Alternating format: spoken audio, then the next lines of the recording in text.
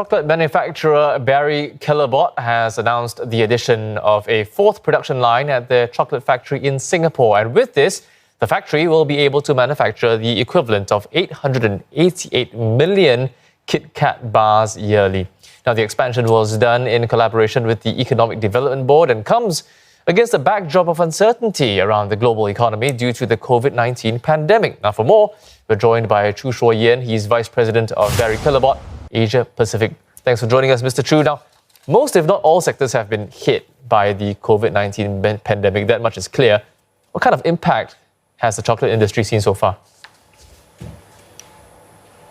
Well, I would look at it this way. The chocolate industry is part of the broader food industry. And in general, the demand for food has remained intact. The demand is still in place.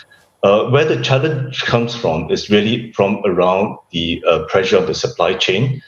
Because as you know, over the past 3 months, various Asian countries have gone into different stages of lockdown. So what we have been very much focused on is in terms of trying to manage this risk while seeing that the long-term demand for food in Asia very much remains intact and in place. So, Mr. Choo, taking that into account then, how well are you coping with those challenges? Are you managing to sort of sort out your supply chains in terms of Barry Callebaut? Yes, I think like many other companies, we have gone through different phases. I think the first phase was around managing the issues and challenges. And this was done out of Singapore, our nerve center for the region, which is our regional headquarters, where I think at one point we had, for example, daily meetings monitoring the situation in different countries in Asia. And now as Asia emerges from the lockdowns the different countries have imposed, what we're doing next is then focusing on the recovery. We're looking into what are the new opportunities. And I'll just give one example. I think with many of us stuck at home, more and more people are getting into home baking. So certainly a lot of the food service demand that used to go into hotels, for example, is now going into the home baking channel where people are cooking at home. So what I think we and other food manufacturers are trying to do is to try to be nimble and adapt to these changes in the demand patterns. Right, Mr. Choo, let's talk about some context. So we've got this new factory that can manufacture the equivalent of 888 million Kit Kat bars yearly. In terms of scale in the region, how much does that affect supply for our regional friends?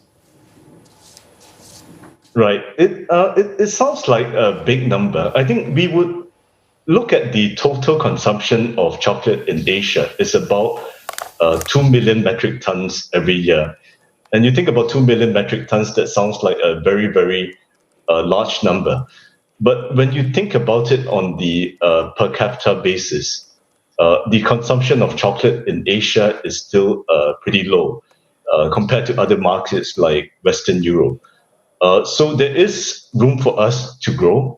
I think this addition of supply will be welcome to the industry.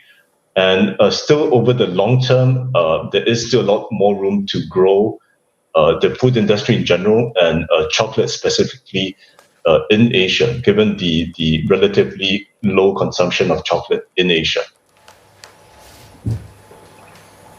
So we may be eating less of that chocolate than elsewhere in the world, but we have seen some interesting chocolate innovations surface in the market, all sorts of interesting ways that chocolate is being presented, ruby chocolate, even 3D printed chocolate, Mr. Choo. So how have these tastes changed over time?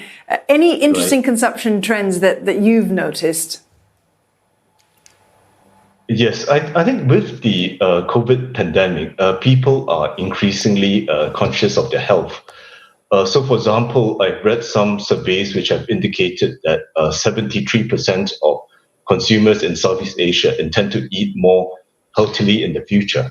So we actually have a new category of chocolate. We call it the whole fruit chocolate. if you take a normal chocolate, it's made from the cocoa. You add sugar to it. And what we've done with this whole fruit chocolate is actually made entirely of the cacao fruit. There's no added sugar. The sweetness comes naturally from the cacao fruit. And as a result, there's actually 40% less sugar than a normal chocolate bar. And I think with the increasing health consciousness amplified by the COVID pandemic, I think innovations like that are very relevant, and it is how food producers are going to win in the market in the future. Mr. Choo, we'll keep our eyes out for that cacao bar. Thank you very much for sharing your thoughts here on Singapore Tonight with us. We've been speaking there to Mr. Choo Shuo-yen. He's Vice President of Barry Callebaut, Asia Pacific.